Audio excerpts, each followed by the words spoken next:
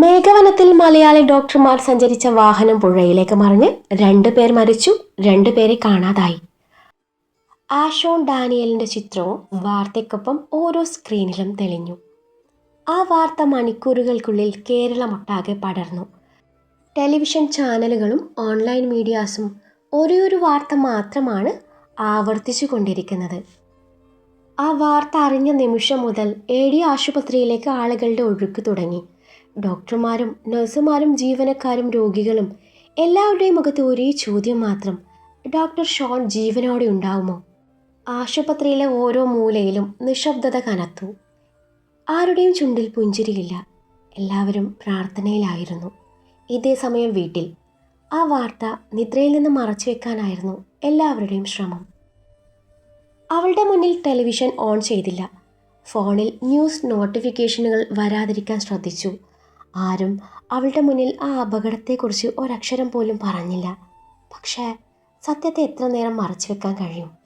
ഷോണിൻ്റെ ഒരു വിവരവുമില്ലാതെ മുറിയിൽ ഒറ്റയ്ക്കിരിക്കുന്ന നിദ്ര വെറുതെ ഫോൺ തുറന്ന് യൂട്യൂബ് സ്ക്രോൾ ചെയ്യുന്നതിനിടയിലാണ് ഒരു വീഡിയോയുടെ തംബ്നെയിൽ അവളുടെ കണ്ണിൽ പതിഞ്ഞത്.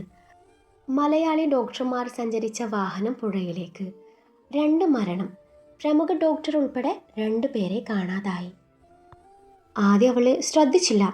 പക്ഷെ അടുത്ത നിമിഷം തംബ്നെയിലിൽ തെളിഞ്ഞിരുന്ന ആ മുഖം കണ്ടതും അവളുടെ വിരലുകൾ സ്ക്രീനിൽ നിശ്ചലമായി. ഇച്ചായൻ ഇല്ല. അറിയാതെ അവളുടെ ചുണ്ടുകളിൽ നിന്ന് ആ വാക്ക് പുറത്തു വന്നു. വിറയുന്ന കൈകളോട് അവൾ വീഡിയോ തുറന്നു. വാർത്താ അവതാരകയുടെ ശബ്ദം ഓരോ വാക്കായും അവളുടെ ഹൃദയത്തിലേക്ക് കുത്തിയിറങ്ങി. ഡോക്ടർ ആഷോൺ ഡാനിയലിനെ ഇതുവരെ കണ്ടെത്താനായിട്ടില്ല. ആ ഒരു വാചകം മാത്രം മതിയായിരുന്നു. ഫോൺ അവളുടെ കയ്യിൽ നിന്ന് വഴുതി നിലത്ത് വീണു. ഇച്ചായ എന്നും പറഞ്ഞവൾ ഉറക്കെ നിലവിളിച്ചു. അവളുടെ നിലവിളി വീടാകെ മുഴങ്ങി. കണ്ണുനീർ നിയന്ത്രണം വിട്ടൊഴുകി. ഇല്ല, എൻ്റെ ഇച്ചായനൊന്നും സംഭവിക്കില്ല, സംഭവിക്കാൻ പാടില്ല. അവൾ ഭ്രാന്തിയെപ്പോലെ തല കുലുക്കിക്കൊണ്ട് പൊട്ടിക്കരഞ്ഞു. അവളുടെ നിലവിളി കേട്ട് എല്ലാവരും ഓടിയെത്തി. പക്ഷെ അതിനു മുൻപേ സത്യ അവളെ തേടിയെത്തിയിരുന്നു. ആ വാർത്ത കേട്ട നിമിഷം നിദ്രയുടെ കണ്ണുകൾ മങ്ങി. ശരീരം തളർന്നു. അടുത്ത നിമിഷം അവൾ ബോധം കെട്ട് നിലത്തേക്ക് വീണു. മിനിറ്റുകൾ മണിക്കൂറായി. മണിക്കൂറുകൾ ഒരു ദിവസമായി. അപകടം നടന്നിട്ട് 24 മണിക്കൂർ പിന്നിട്ടിരുന്നു. മഴയും മൂടൽമഞ്ഞും കുത്തൊഴുക്കായി ഒഴുകുന്ന മലവെള്ളവും രക്ഷാപ്രവർത്തനത്തെ ദുഷ്കരമാക്കിയെങ്കിലും ആരും പ്രതീക്ഷ കൈവിട്ടില്ല. ദേശീയ ദുരന്ത നിവാരണ രക്ഷാസേനയും അഗ്നിരക്ഷാസേനയും പോലീസും നാട്ടുകാരും ചേർന്ന് ഓരോ ഇഞ്ച് മണ്ണും അരിച്ചു പെറുക്കുകയായിരുന്നു. ആ തിരച്ചിലിനിടയിൽ ആദ്യം കണ്ടെത്തിയത് ഡോക്ടർ മാത്യു ഫിലിപ്പിൻ്റെ നിശ്ചലമായ മൃദു ശരീരമായിരുന്നു. ഒരിക്കൽ അനേകരുടെ ജീവൻ രക്ഷിക്കാൻ ഓടി നടന്ന ആ കൈകളിപ്പോൾ അനങ്ങാതെ കിടന്നു. ആ വാർത്ത ക്യാമ്പിലാകെ കണ്ണീർ പരത്തി. എന്നാൽ ഷോണിനെ മാത്രം ഇതുവരെ കണ്ടെത്താനായിരുന്നില്ല. ഒരു പക്ഷെ അദ്ദേഹം ഇപ്പോഴും എവിടെയെങ്കിലും ജീവനോടെ ഉണ്ടാകുമോ? ആ പ്രതീക്ഷയിലായിരുന്നു എല്ലാവരും. ആ ഒരു പ്രതീക്ഷ മാത്രമായിരുന്നു നിദ്രയുടെ ശ്വാസവും. അതേസമയം അപകട സ്ഥലത്ത് നിന്ന് കിലോമീറ്ററുകൾ അകലെ മൂടൽ മഞ്ഞ് പുതച്ച വനത്തിനുള്ളിൽ എവിടെയോ ഇലകൾക്ക് മുകളിലൂടെ മഴത്തുള്ളികൾ ടപ് ടപ് എന്ന ശബ്ദത്തോടെ വീണുകൊണ്ടിരിക്കുന്നു. പെട്ടെന്ന് ഒരു കൈ ചെറുതായി അനങ്ങി. ചെളിയിലും ഉണങ്ങിയ ഇലകളിലും പാതി മൂടപ്പെട്ട നിലയിൽ ഷോൺ കിടക്കുകയായിരുന്നു. നെറ്റിയിൽ നിന്ന് ചോര ഒലിച്ചിറങ്ങിയ മുഖം മുഴുവൻ പടർന്നിരുന്നു. വലത് തോളിൽ ആഴമുള്ള മുറിവ്. ശ്വാസം വളരെ നേർത്തിരുന്നു. കുറച്ച് നിമിഷങ്ങൾക്ക് ശേഷം അവൻ്റെ വിരലുകൾ വീണ്ടും വിറച്ചു. അവൻ്റെ ചുണ്ടുകളിൽ നിന്നും ശബ്ദം പോലും കേൾക്കാത്തൊരു മന്ത്രണം മാത്രം പുറത്തു വന്നു. കണ്ണുകൾ പതുക്കെ തുറക്കാൻ ശ്രമിച്ചെങ്കിലും കാഴ്ച മുഴുവൻ മങ്ങിയിരുന്നു. അവൻ ഓർക്കാൻ ശ്രമിച്ചു. തൻ്റെ കാർ, മറ്റൊരു വാഹനം എതിരെ വന്നതും താഴേക്ക് പതിച്ച നിമിഷവും. അതിനുശേഷം ഒന്നും ഓർമ്മയില്ല. അവൻ എഴുന്നേൽക്കാൻ ശ്രമിച്ചതും ശരീരമാകെ അസഹ്യമായ വേദന പടർന്നു വീണ്ടും നിലത്തേക്ക് വീണു. ചുറ്റും നോക്കി. എവിടെയും മനുഷ്യരുടെ സാന്നിധ്യമില്ല. ഉയരം കൂടിയ മരങ്ങൾ, മൂടൽ മഞ്ഞ്, അകലെ എവിടെയോ ഒരു കാട്ടുമൃഗത്തിൻ്റെ അലർച്ച, മറ്റൊരിടത്ത് ഒഴുകുന്ന വെള്ളത്തിൻ്റെ നേർത്ത ശബ്ദം. താൻ എവിടെയാണെന്ന് പോലും അവന് മനസ്സിലായില്ല. അതേസമയം ഷോണിൽ നിന്ന് ഏതാനും 100 മീറ്റർ മാത്രം അകലെ കുറ്റിച്ചെടികൾക്കിടയിൽ എന്തോ അനങ്ങിയിരുന്നു. ആരോ അവരെ നിരീക്ഷിക്കുകയായിരുന്നു. ഷോണിന് അതൊന്നും അറിയില്ലായിരുന്നു. കണ്ണുകൾ വീണ്ടും അടയാൻ തുടങ്ങി. ബോധം നഷ്ടമാവുന്നതിന് തൊട്ടു മുൻപ് മൂടൽ മഞ്ഞിനിടയിൽ ഒരു നിഴൽ പതുക്കെ അവൻ്റെ നേരെ നടന്നു വരുന്നത് അവൻ മങ്ങിയ കാഴ്ചയിൽ കണ്ടു. അത് മനുഷ്യനാണോ അതോ മറ്റാരെങ്കിലും?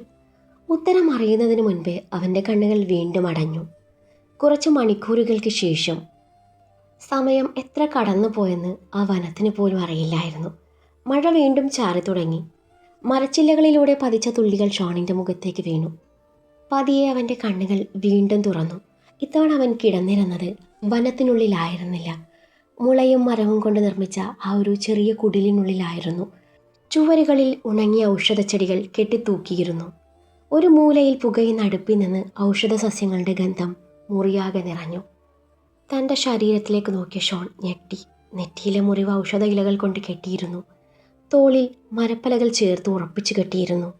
കാലിലെ മുറിവുകളിലും പച്ച നിറമുള്ള ഔഷധക്കൂട്ട് പുരട്ടിയിരുന്നു. ഞാൻ എവിടെയാണ്? ശബ്ദം വളരെ ദുർബലമായിരുന്നു. അപ്പോൾ കുടിലിൻ്റെ വാതിൽ പതിയെ തുറന്നു. അകത്തേക്ക് ഒരു വൃദ്ധൻ നടന്നു വന്നു. വെളുത്ത മുടിയും നെഞ്ചുവരെയുള്ള താടിയും, കണ്ണുകളിൽ അസാധാരണമായ ശാന്തത. അയാൾ ഷോണിനെ നോക്കി ചെറുതായി പുഞ്ചിരിച്ചു.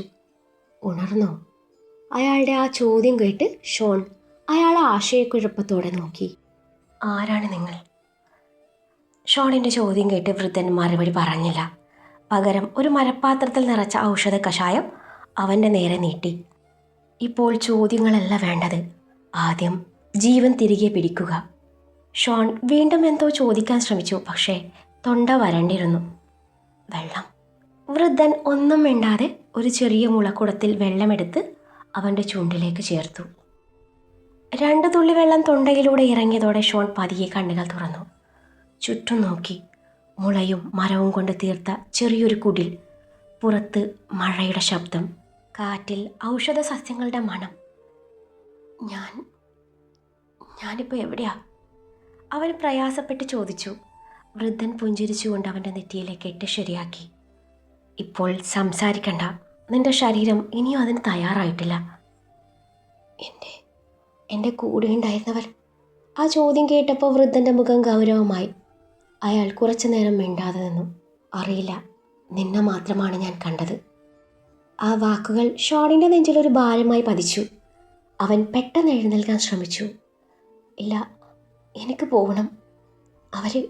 ഷോൺ എന്തോ പറയാൻ ശ്രമിച്ചതും അസഹ്യമായ വേദനയിൽ അവൻ വീണ്ടും കട്ടിലിലേക്ക് വീണു. നിന്റെ തോളുകൾക്ക് സ്ഥാനഭ്രംശമുണ്ട്, വാരിയെല്ലുകൾക്കും പരിക്കേറ്റിട്ടുണ്ട്. ഇങ്ങനെ എഴുന്നേറ്റാ വീണ്ടും ബോധം പോകും. വൃദ്ധൻ്റെ ശബ്ദം ശാന്തമായിരുന്നെങ്കിലും ഉറച്ചതായിരുന്നു. പുറത്ത് ഇടിമിന്നൽ മുഴങ്ങി. അതേസമയം അപകട സ്ഥലത്ത് രക്ഷാപ്രവർത്തനം അതിവേഗം പുരോഗമിക്കുകയായിരുന്നു. തകർന്ന വാഹനത്തിൻ്റെ അവശിഷ്ടങ്ങൾ ഓരോന്നായി പരിശോധിച്ചുകൊണ്ടിരിക്കുന്ന രക്ഷാപ്രവർത്തകർക്ക് പെട്ടെന്ന് ചെളികൾക്കിടയിൽ എന്തോ തിളങ്ങുന്നത് ശ്രദ്ധയിൽപ്പെട്ടു. ഒരു ഉദ്യോഗസ്ഥൻ കുനിഞ്ഞെടുത്തത് ഒരു വാച്ചായിരുന്നു. അത് ഷോൺ അന്ന് കയ്യിൽ കെട്ടിയ വാച്ചായിരുന്നു. കുറച്ചകലെ നിന്ന് അവൻ്റെ പേഴ്സും കണ്ടെത്തി. അതിനുള്ളിലെ തിരിച്ചറിയൽ കാർഡും ഡോക്ടർ ഐഡിയും മഴയിൽ നനഞ്ഞിരുന്നുവെങ്കിലും വ്യക്തമായിരുന്നു. അല്പദൂരം മാറി ചെളിയിൽ മുങ്ങിക്കിടന്ന അവൻ്റെ ഒരു ഷൂ, പാറകൾക്കിടയിൽ കുടുങ്ങിക്കിടന്ന മെഡിക്കൽ ബാഗ്, അതിനുള്ളിലെ സ്റ്റെതസ്കോപ്പും മറ്റ് മെഡിക്കൽ ഉപകരണങ്ങളും. ഓരോ തെളിവും പുറത്തു വന്നതോടെ അവിടെയുണ്ടായിരുന്ന എല്ലാവരുടെയും പ്രതീക്ഷ പതിയെ അസ്തമിക്കാൻ തുടങ്ങി. ഇത്രയും വലിയ താഴ്ചയിലേക്ക് വീണ രക്ഷപ്പെടുക അസാധ്യമാണ്. ആരോ പതിഞ്ഞ ശബ്ദത്തിൽ പറഞ്ഞു. ആ വാക്കുകൾ കേട്ടതോടെ അവിടെ ഉണ്ടായിരുന്ന പലരും ഷോൺ ഇനി ജീവനോടെ ഇല്ലെന്ന് മനസ്സിൽ ഉറപ്പിച്ചു. ആ വാർത്ത നിമിഷങ്ങൾക്കകം കുടുംബാംഗങ്ങളിലും എത്തി. വീടാകെ കരച്ചിൽ ശബ്ദം ഉയർന്നു. ചിലർ വിധിയെ കുറ്റപ്പെടുത്തി, ചിലർ നിശബ്ദമായി കണ്ണീരൊഴുക്കി. പക്ഷെ ആ വീട്ടിൽ ഒരാൾ മാത്രം ആ വാർത്ത വിശ്വസിക്കാൻ തയ്യാറായില്ല. നിദ്ര. അവളുടെ കണ്ണുകളിൽ കണ്ണുനീർ നിറഞ്ഞിരുന്നുവെങ്കിലും ഹൃദയം ഒരേയൊരു കാര്യം മാത്രം പറഞ്ഞുകൊണ്ടിരുന്നു. ഇല്ല, എൻ്റെ ഇച്ഛായൻ മരിച്ചിട്ടില്ല. അവൾ പതിയെ ഷോൺ കെട്ടിയ താലിയിൽ വിരലോടിച്ചു. അവനു വേണ്ടി അവൾ നെറുകയിൽ സിന്ദൂരണിഞ്ഞു. ശേഷം നെഞ്ചിൽ കൈവച്ച് കണ്ണുകൾ മുറുക്കിയടച്ചു. എനിക്കറിയാം, ഇച്ഛായൻ എവിടെയോ ജീവനോടെ ഉണ്ട്. എന്നെ വിട്ടു പോവില്ല, പോവാനാവില്ല. ഒരു നാൾ തിരിച്ചു വരും. ആ നിമിഷം അവളുടെ കണ്ണുകളിൽ കണ്ണീരിനേക്കാൾ ശക്തമായിരുന്നത് പ്രതീക്ഷയായിരുന്നു. എന്നാൽ അവൾക്കറിയില്ലായിരുന്നു, മൂടൽ മഞ്ഞ് മൂടിയ വനത്തിൻ്റെ ആഴങ്ങളിൽ ജീവനും മരണത്തിനുമിടയിൽ നിൽക്കുന്ന ഷോൺ അവളിലേക്ക് മടങ്ങി വരാനുള്ള ഏറ്റവും വലിയ പോരാട്ടം ആരംഭിച്ചു കഴിഞ്ഞിരുന്നുവെന്ന്. അപകടം നടന്നിട്ട് ഒരാഴ്ച കഴിഞ്ഞിരുന്നു. ആ ഒരാഴ്ച ആ വീട്ടിലെ ഓരോ ചുവരിനും ഓരോ നിമിഷവും ഒരു യുഗം പോലെ തോന്നി. ഷോണിൻ്റെ അപകട വാർത്ത അറിഞ്ഞതും അവൻ്റെ ഏറ്റവും അടുത്ത സുഹൃത്തായ ആദി തൻ്റെ എല്ലാ തിരക്കുകളും മാറ്റിവെച്ച് നാട്ടിലെത്തിയിരുന്നു. അന്നു മുതൽ അജുവിനൊപ്പം മിക്ക ദിവസവും അവൻ ഷോണിൻ്റെ വീട്ടിലെത്തും. നിദ്രയെ ആശ്വസിപ്പിക്കാൻ അവർ പറയാത്ത വാക്കുകളില്ല, കൊടുക്കാത്ത ധൈര്യമില്ല. പക്ഷെ അവരുടെ വാക്കുകളൊന്നും അവളുടെ ഹൃദയത്തിലേക്ക് എത്തിയില്ല. കാരണം ഷോൺ മരിച്ചെന്ന് വിശ്വസിക്കാൻ നിദ്രയുടെ മനസ്സ് ഒരിക്കലും തയ്യാറായിരുന്നില്ല. എൻ്റെ ഇച്ഛായൻ തിരിച്ചു വരും, ആ പ്രതീക്ഷ മാത്രമായിരുന്നു അവളുടെ ശ്വാസം. ഊണുമുറക്കവും ഏതാണ്ട് പൂർണ്ണമായി ഉപേക്ഷിച്ചവൾ ഷോണിൻ്റെ മുറിയിൽ തന്നെ ദിവസങ്ങൾ കഴിച്ചുകൂട്ടി.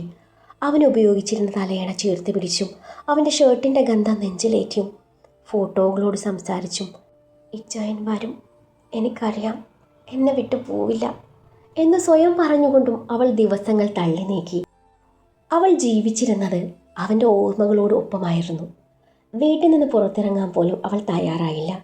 7 മാസം ഗർഭിണിയാണെന്ന കാര്യം പോലും അവൾ മറന്നു പോയിരുന്നു. സ്വന്തം ആരോഗ്യത്തെയോ വയറ്റിൽ വളരുന്ന കുഞ്ഞിനെയോ കുറിച്ചോ അവൾക്ക് ഒരു ചിന്തയും ഉണ്ടായിരുന്നില്ല. അവളുടെ മനസ്സിൽ ജീവിച്ചിരുന്നത് ഒരേ ഒരു പേര് മാത്രം, ഷോൺ, തൻ്റെ ഇച്ഛായൻ.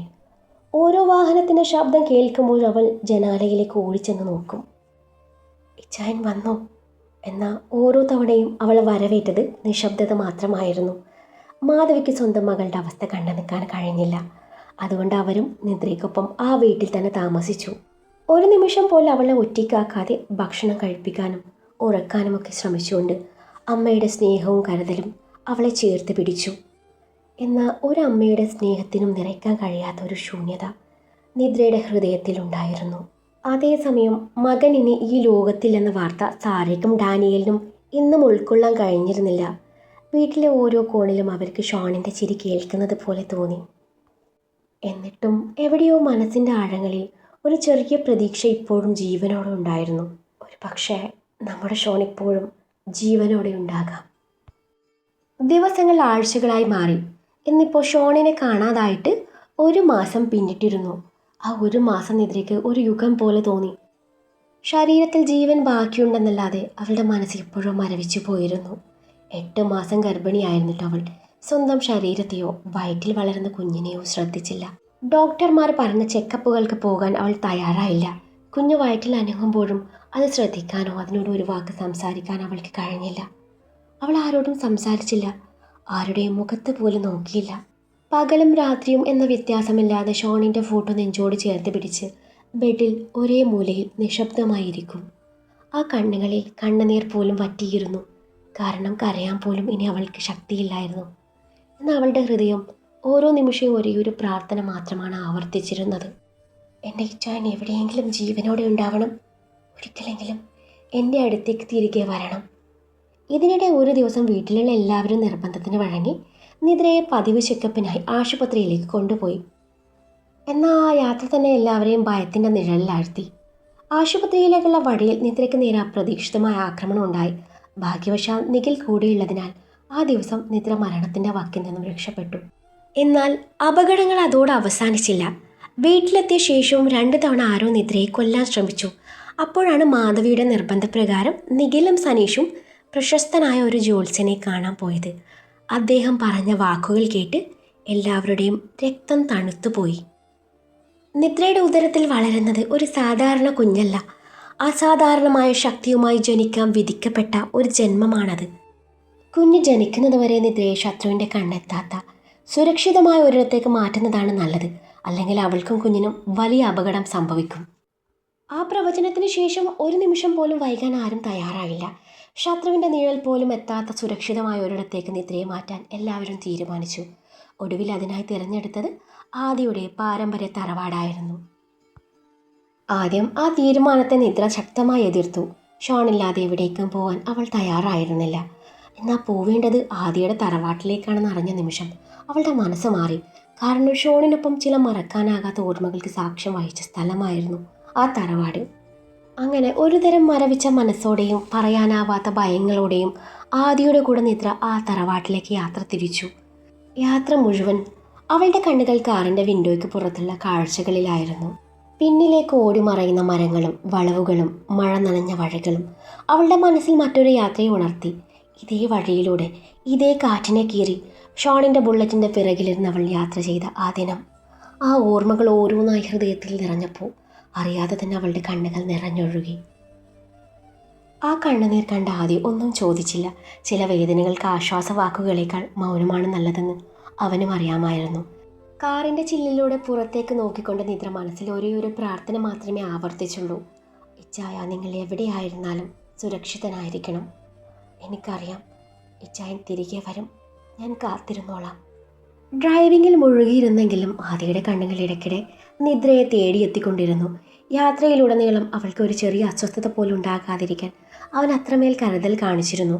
എന്നാൽ ആ കരുതലിൽ അവൾക്ക് ആശ്വാസത്തേക്കാൾ കൂടുതൽ അസ്വസ്ഥതയാണ് തോന്നിയത്. തൻ്റെ ഇച്ഛായനല്ലാതെ മറ്റാരെങ്കിലും ഇത്രയധികം ശ്രദ്ധ കൂടുതൽ നൽകുന്നത് അവൾക്ക് ഉൾക്കൊള്ളാൻ കഴിഞ്ഞില്ല. ആ കരുതൽ ഷോണിൻ്റെ ഓർമ്മകളെ വീണ്ടും വീണ്ടും അവളുടെ ഹൃദയത്തിലേക്ക് കൊണ്ടുവന്നു. അതുകൊണ്ട് തന്നെ ആദിയുടെ ഓരോ കരുതലിനും അവൾ മനസ്സിൽ ഒരു അകലം പാലിക്കാൻ ശ്രമിച്ചുകൊണ്ടിരുന്നു. ആദിയുടെ വണ്ടി തറവാട്ടിൻ്റെ മുറ്റത്ത് വന്നു നിന്നു. ഷോണിൻ്റെ കയ്യും പിടിച്ച് ചിരിച്ചുകൊണ്ട് അവൾ ആദ്യമായി ആ പടിവാതിൽ കടന്നു വന്നിരുന്നു.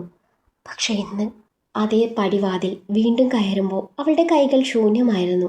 ഹൃദയം നിറയെ ഷോണിൻ്റെ ഓർമ്മകളും ഉദരത്തിൽ അവൻ്റെ ജീവനായി വളരുന്ന കുഞ്ഞും മാത്രം അവൾക്കൊപ്പമുണ്ടായിരുന്നു. ആ തറവാട്ടിലെ ഓരോ ചുമരും ഓരോ ഇടനാഴിയും ഓരോ ജനൽച്ചില്ല് പോലും ഷോൺ സമ്മാനിച്ച പ്രണയത്തിൻ്റെ ഓർമ്മകൾ സൂക്ഷിച്ചു വെച്ചിരുന്നു.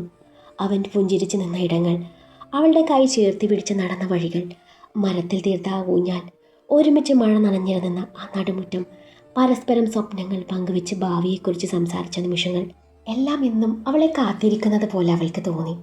ആ വീടിൻ്റെ ഓരോ കോണിലേക്കും കണ്ണുകൾ പതിയുമ്പോൾ ഓർമ്മകൾ ഓരോന്നായി അവളുടെ ഹൃദയത്തിലേക്ക് ഒഴുകിയെത്തി. ഓരോ ചൂടും മുന്നോട്ട് വെക്കുമ്പോഴും അവളുടെ ഹൃദയം കൂടുതൽ ഭാരമായി. ആ വീട്ടിലുടനീളം ഷോണിൻ്റെ സാന്നിധ്യം അവൾക്ക് അനുഭവപ്പെട്ടു. ഒരു നിമിഷം കണ്ണുകൾ അടച്ചപ്പോൾ നിത്തു എന്ന സ്നേഹത്തോടെ വിളിക്കുന്ന അവൻ്റെ ശബ്ദം കാതിൽ മുഴങ്ങുന്നത് പോലെ തോന്നി. അറിയാതെ അവളുടെ കൈ വയറിലേക്ക് ചേർന്നു. കണ്ണുനീർ കവിളിലൂടെ ഒഴുകി. അവളുടെ ഉദരത്തിൽ വളർന്ന ആ കുഞ്ഞ് മാത്രമായിരുന്നു ഇനി ഷോണിൻ്റെ ജീവനുള്ള ഓർമ്മ, അവൻ്റെ പ്രണയത്തിൻ്റെ അവസാന അടയാളം. ആ കുഞ്ഞിനെ ചേർത്ത് പിടിച്ചുകൊണ്ട് തകർന്ന ഹൃദയവുമായി നിദ്ര വീണ്ടും ആ തറവാട്ടിൻ്റെ അകത്തളങ്ങളിലേക്ക് നടന്നു. അവൾ നേരെ ചെന്നത് അവരൊരുമിച്ച് കഴിഞ്ഞിരുന്ന ആ മുറിയിലേക്കായിരുന്നു. വാതിൽ പതിയെ തുറന്നപ്പോൾ മുറിയിലെ ഓരോ കോണും അവളെ തിരിച്ചറിഞ്ഞതുപോലെ തോന്നി. ചുമരുകളും ജനൽ ചില്ലുകളും കാറ്റിൽ പതുങ്ങിയ തിരശീലകളും വരെ അവരുടെ പ്രണയത്തിൻ്റെ സാക്ഷിയായി നിശബ്ദമായി നിന്നു. ആ മുറിയിലേക്ക് കാൽ വെച്ച നിമിഷം തന്നെ അവരുടെ ആദ്യ രാത്രിയുടെ മധുരമുള്ള ഓർമ്മകൾ ഓരോന്നായി അവളെ തേടിയെത്തി. ഷോണിൻ്റെ സ്നേഹം നിറഞ്ഞ നോട്ടവും അവളുടെ കൈകൾ കോർത്ത് പിടിച്ച് നൽകിയ ഉറപ്പും അവളുടെ നെറ്റിയിൽ പതിപ്പിച്ച ആ ഓരോ സ്നേഹചുംബനവും അവൻ സമ്മാനിച്ച അനുഭൂതിയും പ്രണയത്തിൻ്റെ സുഖമുള്ള ഓരോ ചെറുനോവും ഓരോ ഓർമ്മയും ഹൃദയത്തിൽ വീണ്ടും ജീവനെടുത്തു. കിടക്കയുടെ അരികിൽ പതിയെ ഇരുന്ന നിദ്ര വിറയുന്ന കൈകളാൽ തലയിണയെ നെഞ്ചോട് ചേർത്ത് പിടിച്ചു. ആ തലയിണയിൽ ഇപ്പോഴും ഷോണിൻ്റെ സാമീപ്യം അവൾക്ക് അനുഭവപ്പെടുന്നത് പോലെ തോന്നി. ആ ഓർമ്മകൾ അവളുടെ ഹൃദയത്തെ തകർത്തുകൊണ്ടിരുന്നുവെങ്കിലും അതുതന്നെയായിരുന്നു അവൾക്ക് ഇനി ബാക്കിയുള്ള ഏറ്റവും വിലമതിക്കാനാവാത്ത സമ്പത്ത്.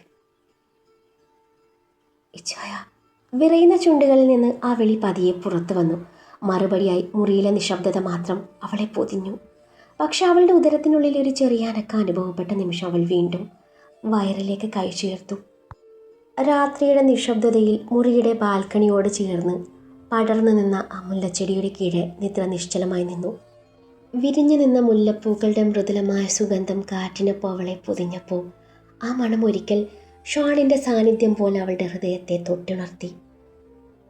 കണ്ണുകൾ പതുക്കെ അടച്ച നിമിഷം അവളുടെ മനസ്സ് വീണ്ടും ആ പഴയ പ്രണയ നിമിഷങ്ങളിലേക്ക് ഒഴുകിപ്പോയി. ആ രാത്രിയിൽ ഇതേ മുല്ലവള്ളിയുടെ കീഴിൽ നിന്നുകൊണ്ട് ഷോൺ അവളെ ചേർത്ത് പിടിച്ചതും ചിരിച്ചുകൊണ്ട് മുല്ലവള്ളി പതുക്കി കുലുക്കിയപ്പോൾ വെളുത്ത പൂക്കൾ മഴ പോലെ അവളുടെ മേൽ പെയ്തിറങ്ങിയതും ഇന്നലെ കഴിഞ്ഞതുപോലെ അവളുടെ മനസ്സിൽ തെളിഞ്ഞു. അന്ന് ആ പൂമഴയിൽ നാണത്തോടെ പുഞ്ചിരിച്ചുകൊണ്ട് അവൻ്റെ നെഞ്ചിലേക്കായിരുന്നു അവൾ ചാഞ്ഞത്. പെട്ടെന്നെന്തോ തൻ്റെ മേലേക്ക് വന്ന് പതിക്കുന്നതായി തോന്നിയപ്പോൾ നിദ്ര ഞെട്ടി കണ്ണുകൾ തുറന്നു. തൊട്ടു മുന്നിൽ ആദ്യം നിൽക്കുകയായിരുന്നു. അവൻ മുല്ലവള്ളി പതുക്കി കുലുക്കിയതോടെ വിരിഞ്ഞ മുല്ലപ്പൂക്കൾ വീണ്ടും അവളുടെ മേൽ മഴ പോലെ വീണു. ഒരു നിമിഷം അവൾ നിശബ്ദമായി നിന്നു. എന്നാൽ ആ പ്രവൃത്തി അവൾക്ക് തീരെ ഇഷ്ടമായില്ല. ഒരു കാലത്ത് ഇതേ കാഴ്ച അവൾ ഹൃദയം നിറഞ്ഞ് ആസ്വദിച്ചിരുന്നുവെങ്കിലും ഇന്നത് അവളുടെ നെഞ്ചിൽ ഒരു വേദന മാത്രമായി മാറി. കാരണം അന്ന് ആദ്യം നിന്ന സ്ഥാനത്ത് ഷോണായിരുന്നു. ആ ഓർമ്മയുടെ ആഴം മനസ്സിലാകാതെ ആദി ഒരു മൃദുപുഞ്ചിരിയോടെ അവളെ നോക്കി നിന്നു. എന്നാൽ നിദ്രയുടെ മുഖത്ത് യാതൊരു സന്തോഷവും ഉണ്ടായിരുന്നില്ല. അവളുടെ മുടിയിൽ വീണു കിടക്കുന്ന പൂക്കൾ എടുത്തു മാറ്റാൻ ആദിയുടെ കൈ അവൾക്ക് നേരെ നീണ്ടതും നിദ്ര പിന്നിലോട്ട് ചുവടുകൾ വെച്ചു. അവളുടെ പ്രവൃത്തി കണ്ട ആദി തൻ്റെ കൈ പിൻവലിച്ചു. പൂക്കളെ പതിയെ കൈകൊണ്ട് തട്ടി മാറ്റിക്കൊണ്ട് നിറഞ്ഞു വന്ന കണ്ണുകളോട് അവൾ ഒരിക്കൽ കൂടി മുല്ലച്ചെടിയിലേക്ക് നോക്കി. ഇച്ചായൻ മാത്രം ചെയ്തിരുന്ന ചില കാര്യങ്ങൾ മറ്റാരും ആവർത്തിക്കാതിരുന്നെങ്കിൽ മതിയായിരുന്നു എന്ന വാക്കുകൾ അവളുടെ ഹൃദയത്തിൽ മാത്രം ഒതുങ്ങി. അത് പുറത്ത് പറയാതെ ഷോണിൻ്റെ ഓർമ്മകളെ നെഞ്ചോട് ചേർത്തവൾ നിശബ്ദമായി അകത്തേക്ക് നടന്നു. കഴിക്കുന്നില്ലേ? പിന്നെ നിന്ന് ആദിയുടെ ശബ്ദം മൃദുവായി ഉയർന്നു. നിദ്ര തല പോലും തിരിച്ചില്ല. എനിക്ക് വേണ്ട. അതെന്താ വേണ്ടാത്ത? വയറ്റിലൊരു കുഞ്ഞു കൂടിയുണ്ട്. ആ കാര്യം മറക്കരുത്. ഷോണിൻ്റെ കുഞ്ഞ് എനിക്ക് എൻ്റെ സ്വന്തം കുഞ്ഞു തന്നെയാണ്. ആ വാക്കുകൾ കേട്ടത് നിദ്ര പതിയെ തിരിഞ്ഞു. കണ്ണുകൾ നിറഞ്ഞു നിന്ന വേദന ഒളിപ്പിക്കാൻ പോലും അവൾ ശ്രമിച്ചില്ല. വേണ്ട, ഷോണിൻ്റെ കുഞ്ഞായി മാത്രം കണ്ടാൽ മതി. അല്ലാതെ ആരും അതിനെ സ്വന്തം കുഞ്ഞായി കാണണ്ട. അതെനിക്കിഷ്ടമല്ല. ആദി ഒരു നിമിഷം നിശബ്ദനായി. എന്താടോ താനിങ്ങനെയൊക്കെ സംസാരിക്കുന്നത്? ഞങ്ങളൊക്കെ നിനക്ക്... ആദ്യേട്ടാ പ്ലീസ്. അവൻ എന്തോ പറയാൻ വന്നതും അവൾ ഇടയ്ക്ക് തടഞ്ഞു. എന്നെ എൻ്റെ വഴിക്ക് വിട്ടേക്ക്. ഇങ്ങോട്ടാണെന്ന് അറിഞ്ഞതുകൊണ്ട് മാത്രമാണ് ഞാൻ കൂടെ വന്നത്. കാരണം മറക്കാനാവാത്ത ഒരുപാട് ഓർമ്മകൾ തങ്ങി നിൽക്കുന്ന സ്ഥലമാണിത്. അവൾ പതിയെ മുറിയിലാകെ കണ്ണോടിച്ചു. ഓരോ ചുമരിലും ഓരോ കോണിലും എൻ്റെ ഇച്ചായൻ്റെ ചിരി ഇപ്പോഴും മുഴങ്ങുന്നത് പോലെ തോന്നുക. ഈ തറവാട് ആദ്യേട്ടൻ്റെ ആയിരിക്കും.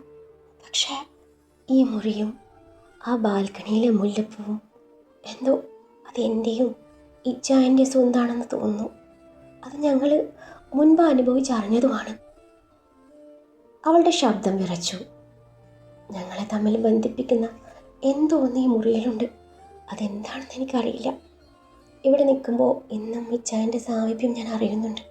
മുല്ലപ്പൂവിൻ്റെ മണം വീശുമ്പോൾ എൻ്റെ ഇച്ചായൻ എൻ്റെ അടുത്ത് നിൽക്കുന്നത് പോലെ തോന്നും. കാറ്റ് എന്നെ തഴുകുമ്പോൾ അത് ഇച്ചായൻ്റെ കൈകളാണെന്ന് എൻ്റെ മനസ്സ് വിശ്വസിക്കും. ഞങ്ങളുടെ വീട്ടിലെ ബെഡ്റൂമിൽ പോലും ആ ഫീൽ എനിക്ക് കിട്ടാറില്ല. ഒരു നിമിഷം വയറിൽ കൈ ചേർത്ത് പിടിച്ചുകൊണ്ട് അവൾ കണ്ണടച്ചു. ഈ കുഞ്ഞ് ഇച്ചായൻ്റെ അവസാന അടയാളമാണ്. അതുകൊണ്ടാണ് ആരും ഇതിന് സ്വന്തം കുഞ്ഞാണെന്ന് പറയുന്നത് എനിക്ക് സഹിക്കാനാവാത്ത. ഈ കുഞ്ഞിനൊരച്ഛനുണ്ടെങ്കിൽ അതെൻ്റെ ഇച്ചായൻ മാത്രമാണ്. ആദിക്ക് മറുപടി പറയാൻ വാക്കുകളുണ്ടായില്ല. അവൻ നിശബ്ദമായി അവളെ നോക്കി നിന്നു. നിദ്രയുടെ ഓരോ വാക്കിലും ഷോണിനോടുള്ള അളവറ്റ സ്നേഹവും നഷ്ടത്തിൻ്റെ തീരാത്ത വേദനയും അവൻ വ്യക്തമായി കാണുന്നുണ്ടായിരുന്നു. അതേസമയം മൈലുകൾക്ക് അപ്പുറം ഓലമേഞ്ഞ ചെറിയ കുടിലിൻ്റെ മുറ്റത്ത് നിന്നുകൊണ്ട് ഷോൺ ആകാശത്തേക്ക് നിശബ്ദമായി നോക്കി നിന്നു. ചുറ്റും രാത്രിയുടെ നിശബ്ദത മാത്രം. പക്ഷെ അവൻ്റെ മനസ്സിൽ മുഴങ്ങിക്കൊണ്ടിരുന്നത് നിദ്രയുടെ ശബ്ദവും അവളുടെ പുഞ്ചിരിയും മാത്രമായിരുന്നു. അറിയാതെ അവൻ്റെ കൈ നെഞ്ചിന്മേൽ ചേർന്നു. അവൻ ഒരു ദീർഘനിശ്വാസം എടുത്ത് കണ്ണുകൾ ആകാശത്തിലെ നക്ഷത്രങ്ങളിൽ തറച്ചുകൊണ്ട് വിറയാർന്ന ശബ്ദത്തിൽ സ്വയം മന്ത്രിച്ചു. നിത്തു, നീ ഇപ്പം എന്ത് ചെയ്യുക? നമ്മുടെ കുഞ്ഞ് സുഖമായിരിക്കുന്നുണ്ടോ? എന്നെ ഓർത്ത് ഒരുപാട് വേദനിക്കുന്നുണ്ടാവും അല്ലേ? പക്ഷേ ഒരിക്കലും മനഃപൂർവ്വമല്ല. ഇവിടെ നിന്ന് വരാൻ പറ്റുന്ന സാഹചര്യമല്ല. ഒരു തുള്ളി കണ്ണുനീർ വീണ്ടും കവിളിലൂടെ ഒഴുകി. I love you Nithu. എന്താടാ നമുക്ക് മാത്രം ഇങ്ങനെ? അവൻ കണ്ണുകളടച്ചു നെഞ്ചിന്മേൽ കൈകൾ അമർത്തി പിടിച്ചു. എനിക്ക് തിരിച്ചു വരണം നിത്തു, നിൻ്റെ അടുത്തേക്ക്. നീ പറഞ്ഞതുപോലെ നമ്മുടെ കുഞ്ഞ് വരുമ്പോൾ നിൻ്റെ തൊട്ടരികിലുണ്ടാവണം. നമ്മുടെ കുഞ്ഞിനെ ഈ കൈകളിൽ എടുക്കണം. അവൻ്റെ കണ്ണുകൾ നിറഞ്ഞിരുന്നു. കാറ്റ് മെല്ലെ വീശിയപ്പോൾ ഓലമേഞ്ഞ കുടിലിൻ്റെ മേൽക്കുര പതിയെ ശബ്ദമുണ്ടാക്കി. നിത്തു, കാത്തിരിക്കണം. എന്ത് സംഭവിച്ചാലും ഞാൻ തിരിച്ചു വരും. ആ നേരത്താണ് ആ വൃദ്ധൻ അങ്ങോട്ട് വരുന്നത്. എനിക്ക് തിരിച്ചു പോകണം സ്വാമി, ഷോൺ വിറയാർന്ന ശബ്ദത്തിൽ പറഞ്ഞു. അയാൾ മെല്ലെ തല കുലുക്കി. എനിക്ക് തിരിച്ചു പോയാൽ പറ്റൂ. എൻ്റെ ഭാര്യയും എൻ്റെ വീട്ടുകാരും എന്നെ കാണാതെ വിഷമിക്കുന്നുണ്ടാവും. ഇല്ല, നിനക്കിപ്പോൾ തിരിച്ചു പോകാൻ പറ്റില്ല. എന്തുകൊണ്ട്? ഷോൺ, ഈ അപകടം വെറുമൊരു അപകടമല്ല. നിന്റെ മരണത്തിനായി ആരോ ഒരുക്കിയ കെണിയാണ്. ആ ശത്രുവിന് നിന്റെ ജീവൻ വേണമായിരുന്നു. ഒരു നിമിഷം നിശബ്ദമായി നിന്ന ശേഷം അയാൾ തുടർന്നു. പക്ഷേ മരണത്തെ പോലും തോൽപ്പിച്ച് നിന്നെ ഇവിടെ എത്തിച്ചത് ദൈവമാണ്. ഷോൺ ആശ്ചര്യത്തോടെ നോക്കി. എന്തിനാണെന്നറിയാമോ? നിന്നെ കാത്തിരിക്കുന്ന ഒരു ജീവൻ ഇനിയും ഭൂമിയിലേക്ക് വന്നിട്ടില്ല. നിനക്കും നിന്റെ പാതിക്കും ജനിക്കാൻ പോകുന്ന കുഞ്ഞ്. ആ കുഞ്ഞിൻ്റെ അച്ഛനായി നീ ഇനിയും ജീവിക്കണം എന്നാണ് ദൈവത്തിൻ്റെ തീരുമാനം. ഒരിക്കൽ ആ കുഞ്ഞിന് ദൈവം വാക്ക് കൊടുത്തിരുന്നു, വീണ്ടും നിന്റെ മാതാപിതാക്കളുടെ അരികിലെത്തിക്കൊന്ന്. അതുകൊണ്ടാണ് മരണം പോലും നിന്നെ തോൽപ്പിക്കാതെ വിട്ടത്. ആ കുഞ്ഞാണ് നിന്നെ മരണത്തിൽ നിന്നും രക്ഷിച്ചത് എന്ന് പറഞ്ഞാൽ നിനക്ക് വിശ്വസിക്കാൻ പ്രയാസമായിരിക്കും. പക്ഷേ അതാണ് സത്യം. ആ വാക്കുകൾ കേട്ട നിമിഷം ഷോണിൻ്റെ കണ്ണുകൾ നിറഞ്ഞു. നിദ്രയുടെ മുഖവും അവളുടെ ഉദരത്തിൽ വളരുന്ന തൻ്റെ കുഞ്ഞും അവൻ്റെ മനസ്സിലൂടെ ഒരു നിമിഷം മിന്നൽ പോലെ കടന്നുപോയി. അറിയാതെ അവൻ്റെ കൈ നെഞ്ചിന് മുകളിൽ അമർന്നു. എൻ്റെ കുഞ്ഞ്. ആ വാക്കുകൾ ചുണ്ടുകളിൽ നിന്ന് വിറച്ചിറങ്ങി. ഒരു തുള്ളി കണ്ണുനീർ കവിളിലൂടെ ഒഴുകി. നിദ്ര, ഞാൻ ജീവനോടെ ഉണ്ടെന്ന് അവൾക്കറിയില്ല. ഞാൻ മരിച്ചെന്ന് വിശ്വസിച്ച് ഓരോ നിമിഷവും അവൾ ഒഴുകിക്കൊണ്ടായിരിക്കും ജീവിക്കുന്നത്. എൻ്റെ കുഞ്ഞ് അച്ഛൻ്റെ മുഖം പോലും കാണാതെ ജനിക്കരുത് സ്വാമി. എനിക്ക് അവളുടെ അടുത്തേക്ക് പോകണം, എങ്ങനെയെങ്കിലും. ഷോണിൻ്റെ ശബ്ദം ഇടറി. വൃദ്ധസ്വാമി അവനെ ശാന്തമായി നോക്കി. നിന്റെ വേദന എനിക്ക് മനസ്സിലാകുന്നുണ്ട് മകനെ. പക്ഷെ ഇപ്പോൾ നീ തിരികെ പോയാൽ നിന്റെ ശത്രുക്കൾ പൂർത്തിയാക്കാതെ പോയ കാര്യം പൂർത്തിയാക്കും. അപ്പോൾ നിന്റെ ഭാര്യയും കുഞ്ഞും യഥാർത്ഥത്തിൽ ഒറ്റപ്പെടും. ഷോൺ നിശബ്ദനായി. ക്ഷമയാണ് ഇപ്പോൾ നിന്റെ ഏറ്റവും വലിയ ആയുധം. സമയമാകുമ്പോൾ നിന്നെ ഇവിടെ നിന്ന് അയക്കുക ദൈവം തന്നെയായിരിക്കും. അതുവരെ നീ അറിയേണ്ട ചില സത്യങ്ങളുണ്ട്. അയാൾ മെല്ലെ തിരിഞ്ഞ് കുടിലിൻ്റെ അകത്തളങ്ങളിലേക്ക് നടന്നു. കയ്യിലൊരു പഴയ പുസ്തകവുമായി അയാൾ തിരികെ വന്നു. അതിലെ പഴക്കമേറിയ ചിത്രത്തിലേക്ക് വിരൽ ചൂണ്ടി. അതിലുണ്ടായിരുന്ന യുവാവിൻ്റെ മുഖം കണ്ട നിമിഷം ഷോണിൻ്റെ ശ്വാസം നിലച്ചുപോയി. അത് തൻ്റെ മുഖം തന്നെയായിരുന്നു. അതിനരികിൽ നിന്നിരുന്ന യുവതി, അത് നിദ്രയും. ഇവർ? വെറിയാർന്ന ശബ്ദത്തിൽ ഷോൺ ചോദിച്ചു. വൃദ്ധസ്വാമി പുഞ്ചിരിച്ചു. അതെ, 200 വർഷങ്ങൾക്ക് മുൻപ് വൈദൂര്യപുരത്തെ ചന്ദ്രവിലാസം കോവിലകത്തിൽ, അതായത് നിന്റെ സുഹൃത്ത് ആദിദേവിൻ്റെ തറവാട്, അവിടെ ജീവിച്ചിരുന്ന ആര്യനും മുല്ലയും. നിങ്ങൾ രണ്ടുപേരും അവരുടെ പുനർജന്മമാണ് ഷോൺ. അന്ന് പൂർത്തിയാകാതെ പോയ പ്രണയത്തിൻ്റെ വിധിയാണ് ഇന്ന് വീണ്ടും നിന്നെയും നിദ്രയെയും ഒന്നിപ്പിച്ചത്. ആ കഥയുടെ അവസാനം അറിയാതെ നീ ഇത്രയും നാൾ അന്വേഷിച്ച ആ സത്യവും നീ അറിയില്ല. കുടിലിന് പുറത്ത് ഒരു തണുത്ത കാറ്റ് വീശിയടിച്ചു. വിളക്കിൻ്റെ ജ്വാല മെല്ലെ വിറച്ചു. ആ നിശബ്ദതയിൽ 200 വർഷങ്ങളുടെ പഴക്കമുള്ള ഒരു പ്രണയകഥ വീണ്ടും ജീവൻ പ്രാപിക്കാൻ ഒരുങ്ങുകയായിരുന്നു. ഇതേ സമയം ജനനി തൻ്റെ അമ്മൂമ്മയുടെ കൂടെ ആ മുറിയിൽ ഇരിക്കുകയായിരുന്നു. അമ്മൂമ്മ അവൾക്ക് ഒരു പഴയ ആൽബം കാട്ടിക്കൊടുത്തു. ജനനി ആ പഴയ കറുപ്പും വെളുപ്പും നിറഞ്ഞ ആൽബത്തിൻ്റെ താളുകൾ വിറയുന്ന വിരലുകളാൽ മറിച്ചു നോക്കി. ഓരോ ചിത്രവും കാലത്തിൻ്റെ മഞ്ഞ നിറം പൂണ്ടിരുന്നുവെങ്കിലും ആ ഒരു മുഖം മാത്രം അവളുടെ കണ്ണുകളിൽ വ്യക്തമായി തെളിഞ്ഞു. അവൾ പെട്ടെന്ന് ശ്വാസം വലിച്ചെടുത്തു. അമ്മൂമ്മ, ഇത് ഷോൺ ഡോക്ടർ അല്ലേ? അമ്മൂമ്മ മൃദുവായി പുഞ്ചിരിച്ചുകൊണ്ട് തല കുലുക്കി. അല്ല മോളെ, ഇത് ഷോണല്ല, ഇത് ആര്യൻ ദേവ്. ഏകദേശം 200 വർഷങ്ങൾക്ക് മുൻപ് ജീവിച്ചിരുന്ന ആളാണ്. ഈ ഫോട്ടോ ഞാൻ മുൻപും കണ്ടിരുന്നു. അതാ ഞാൻ അന്ന് ആ കുട്ടി ഇവിടെ വന്നപ്പോൾ എവിടെയോ കണ്ടിട്ടുണ്ടെന്ന് പറഞ്ഞത്. ജനനിയുടെ കണ്ണുകളിൽ അവിശ്വാസം നിറഞ്ഞു. 200 വർഷം മുൻപ്? അതെ, നമ്മുടെ കുടുംബത്തിൻ്റെ മുൻതലമുറയിലെ രഘുറാം എന്നൊരാൾ ജീവിച്ചിരുന്നു. അദ്ദേഹത്തിൻ്റെ ഏറ്റവും അടുത്ത സുഹൃത്തായിരുന്നു ഈ ആര്യൻ ദേവ്. ഇരുവരും ആയോധനകല അഭ്യസിച്ചിരുന്ന ഗുരുകുലത്തിൽ വെച്ചാണ് പരിചയപ്പെടുന്നത്. പിന്നീട് ആ സൗഹൃദം സഹോദര ബന്ധത്തേക്കാൾ ശക്തമായി മാറിയെന്നാണ് കേട്ടിട്ടുള്ളത്. ജനനി വീണ്ടും ചിത്രത്തിലേക്ക് നോക്കി. ഷോണിൻ്റെ അതേ കണ്ണുകൾ, അതേ പുഞ്ചിരി, അതേ മുഖം. പക്ഷേ ഇതൊക്കെ അമ്മൂമ്മയ്ക്ക് എങ്ങനെ അറിയാം? അമ്മൂമ്മ കട്ടിലിനരികിലെ ആ പഴയ മരപ്പെട്ടി തുറന്ന് ചുവന്ന പട്ടിൽ പൊതിഞ്ഞിരുന്ന ഒരു പുരാതന പുസ്തകം വളരെ ആദരവോടെ പുറത്തെടുത്തു. എൻ്റെ അമ്മയും അമ്മൂമ്മയിൽ നിന്നുമാണ് ഞാൻ ആര്യൻ ദേവിനെ കുറിച്ച് അറിയുന്നത്.